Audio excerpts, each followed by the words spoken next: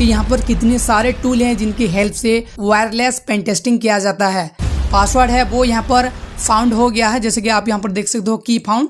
Hacking wireless network एक most important module है ethical hacking के अंदर, जहां पर आप network hacking, wifi encryption, brute force, dictionary attack, bluetooth cracking attack, ऐसी बहुत सारे टॉपिक को कवर करते हो। तो welcome back to this video दोस्तों। इस वीडियो के अंदर हम डिस्कस करेंगे हैकिंग वायरलेस नेटवर्क मॉड्यूल को, जो कि एक मोस्ट इंपोर्टेंट मॉड्यूल है एथिकल हैकिंग के अंदर। एंड ये वीडियो एथिकल हैकिंग सीरीज का नंबर 25 वीडियो है। तो इस वीडियो के अंदर हम वाईफाई टेक्नोलॉजी को, यानी कि जो वायरलेस नेटवर्क है उसको समझेंगे, किस तरह से एनक्रिप्ट किया जाता है, किस तरह से डिक्रिप्ट किया जाता है।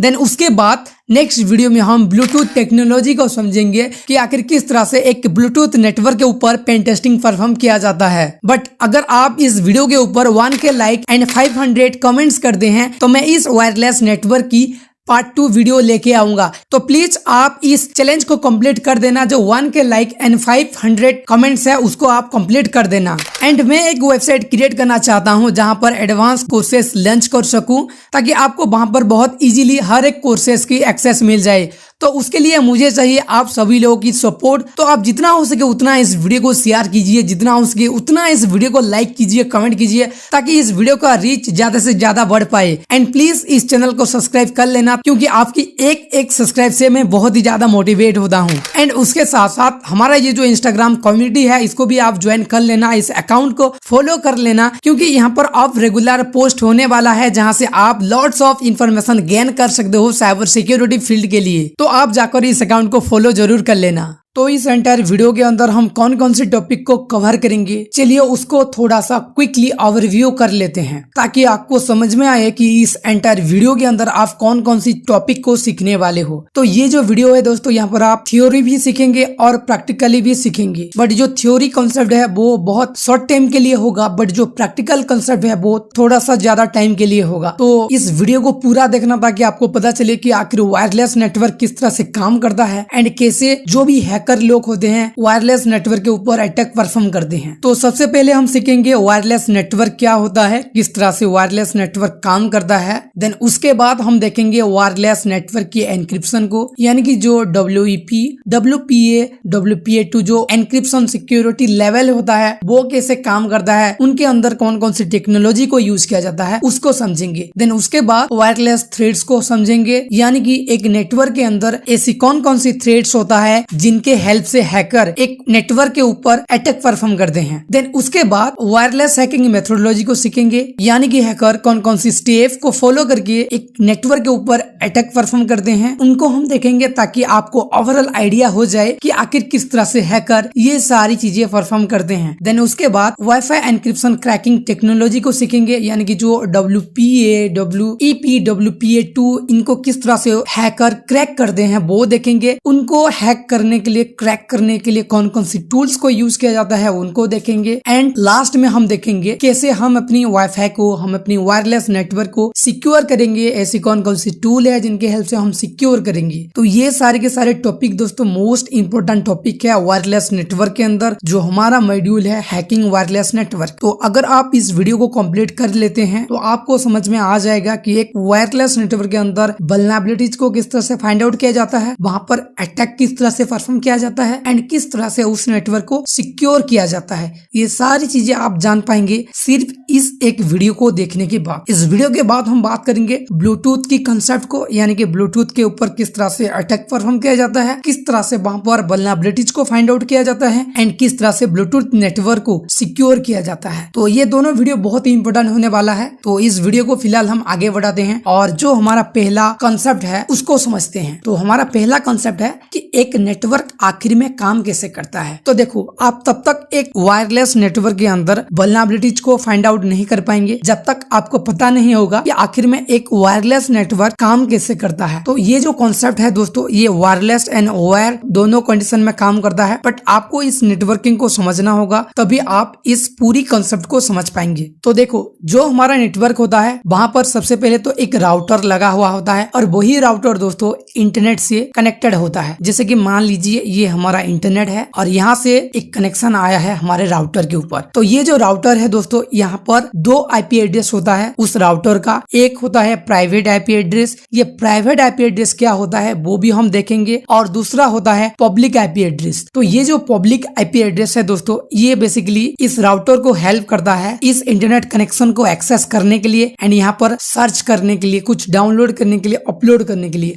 ओवरऑल कहा जाए तो ये जो पब्लिक IP एड्रेस होता है वो हेल्प करता है एक राउटर को इंटरनेट कनेक्शन को एक्सेस करने के लिए। बट ये जो प्राइवेट IP होता है दोस्तों, ये बेसिकली एक नेटवर्क फॉर्म करने के लिए हेल्प करता है एक राउटर को। जैसे कि हमारे पास अगर एक राउटर होता है तो हम उस राउटर से डिफरेंट डिवाइस को, मल्टीपल डिवाइस को कनेक्ट करते हैं। जैसे कि मान लीजिए हमारे पास ये एक राउटर है और इस राउटर के साथ 4 मल्टीपल डिवाइसेस कनेक्टेड हैं। 3 PC है, जैसे कि यहाँ पर PC1 और ये है PC2 और ये है PC3 और चौथा जो हमारा डिवाइस है वो है एक मोबाइल। तो ये 4 डिवाइसेस कनेक्टेड है। तो ये जो 4 डिवाइसेस एक राउटर के साथ कनेक्टेड हैं, ये एक नेटवर्क बन जाता है। तो इस नेटवर्क के अंदर हर एक डिवाइस को पहचानने के लिए एक प्राइवेट IP दिया जाता है। जैसे हमें स्कूल में, कॉलेज में पहचानने के लिए हमारा यूनिक ID होता है, हमारा रोल नंबर। नेम तो सेम हो सकता है 2 स्टूडेंट का, बट जो यूनिक ID होता है वो उनकी रोल नंबर होता है। ठीक उसी तरह यहाँ पर इनका यूनिक एड्रेस होता है ये प्राइवेट IP एड्रेस।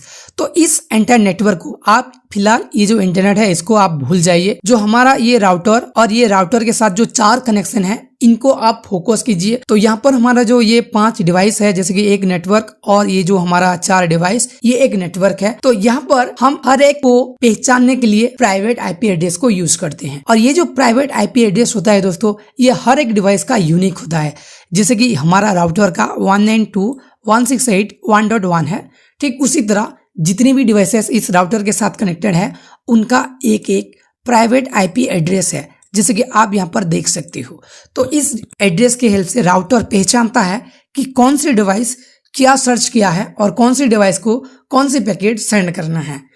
और यहाँ पर मैं और एक चीज बता दूं, यहाँ पर जितनी भी डिवाइसेस हैं, जो कि हमारे पास यहाँ पर 4 डिवाइसेस हैं, तो इनकी एक मैक एड्रेस भी होता है जिसकी हेल्प से हम डेटा को सेंड करते हैं। एक IP एड्रेस होता है और एक मैक एड्रेस होता है। ओके, हर एक डिवाइस का एक मैक एड्रेस होता है जिसकी हेल्प से हम डेटा को सेंड करते हैं। तो ये जो मैक एड्रेस होता है दोस्तों, ये भी यूनिक एड्रेस होता है, यानी कि इस डिवाइस का जो मैक एड्रेस है वो इस डिवाइस से मैच नहीं होगा। ओके, तो जो IP एड्रेस होता है और जो मैक एड्रेस होता है वो यूनिक एड्रेस होते हैं हर एक डिवाइस का। तो इसको स्टोर करने के लिए, यानी कि जो मैक एड्रेस है एंड जो IP एड्रेस है, इनको स्टोर करने के लिए राउटर के पास एक ARP टेबल होता है जिसको हम एड्रेस रिजोल्यूशन प्रोटोकॉल टेबल कहते हैं। वहां पर जितने भी डिवाइसेस उस राउटर के साथ कनेक्टेड हैं, जैसे कि यहाँ पर 4 डिवाइसेस कनेक्टेड हैं इस राउटर के साथ, तो इन चारों डिवाइसेस की IP address and MAC address ARP table के अंदर स्टोर होता है। तो ये जो ARP टेबल है दोस्तों, ये इस राउटर के अंदर ही होता है, सॉफ्टवेयर के अंदर,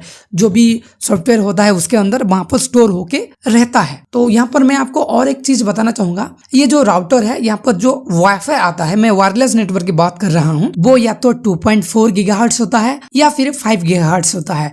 ये 2.4 गीगाहर्ट्ज जो होता है वो हर एक डिवाइस के अंदर काम करता है, बट जो 5 गीगाहर्ट्ज है वो न्यू टेक्नोलॉजी है, हालांकि 2-4 साल पहले ही आ गया है, बट अभी भी न्यू टेक्नोलॉजी है जो कि हर एक डिवाइस के ऊपर काम नहीं करता। तो ये जो 2.4 गीगाहर्ट्ज है, यहाँ पर थोड़ा सा इंटरनेट की स्पीड स्लो होता है, बट जो 5 गीगाहर्ट्ज नेटवर्क है इसका इंटरनेट स्पीड ज्यादा होता है। तो यहाँ पर आपको समझना होगा कि आखिर एक नेटवर्क काम कैसे करता है। कि मान लीजिए आप अगर इस मोबाइल से कुछ भी सर्च करते हैं तो डायरेक्टली आप इंटरनेट से कनेक्ट नहीं होंगे। आपका जो भी रिक्वेस्ट है, जैसे कि आप google.com को एक्सेस करना चाहते हैं, तो पहला रिक्वेस्ट आपका जो google.com का है वो सबसे पहले जाएगा राउटर के पास, देन राउटर से पास होकर वो जाएगा इंटरनेट के पास, यानी कि डायरेक्टली आप इंटरनेट को नहीं एक्सेस कर सकती। यानी कि आपका कोई भी पब्लिक IP नहीं है, आप ये जो राउटर है इसकी पब्लिक IP को यूज करके आप गूगल के अंदर, इंटरनेट के अंदर सर्च करते हो। तो यहाँ पर ये जो पब्लिक IP है वो जाएगा इंटरनेट पर, देन यहाँ पर जैसे ही google.com का रिक्वेस्ट रेस्पॉन्स में आएगा, वो रेस्पॉन्स सबसे पहले तो राउटर के पास आएगा, देन राउटर से ही आपके पास आएगा। और ये कैसे होता है, ये आपकी IP एड्रेस की हेल्प से होता है, क्योंकि आपका ये जो IP एड्रेस है, इस IP एड्रेस से ये जो राउटर है वो आइडेंटिफाई करेगा कि इस IP एड्रेस से ये रिक्वेस्ट आया है, तो इस IP एड्रेस को ही इस रिक्वेस्ट का रेस्पॉन्स सेंड किया जाएगा। ओके, तो कुछ इस तरह से ये नेटवर्क काम करता है। तो आपको समझ में आ गया होगा कि अगर एक हैकर एक वाईफाई को यानी कि एक राउटर को अपनी कंट्रोल में ले लेता है तो वो पूरी नेटवर्क को कंट्रोल कर सकता है, क्योंकि ये जो राउटर है ये पूरी नेटवर्क को कंट्रोल करता है। ओके, तो ये भी किस तरह से हैकर परफॉर्म करते हैं वो भी देखेंगे। ओके, तो आई होप ये जो नेटवर्क वर्किंग वाला कॉन्सेप्ट है आपको समझ में आ गया होगा। तो नेक्स्ट हम बात करते हैं कि एक वाईफाई के अंदर कौन कौन से एनक्रिप्शन होते हैं, ताकि आपको समझ में आए कि आखिर किस तरह से हैकर इन सारे इंफॉर्मेशन को यूज में लेकर एक वायरलेस नेटवर्क के ऊपर अटैक परफॉर्म करते हैं। तो देखो, बेसिकली अभी तक एक वायरलेस नेटवर्क के अंदर 4 सिक्योरिटी एनक्रिप्शन इन्वेंट हुए हैं।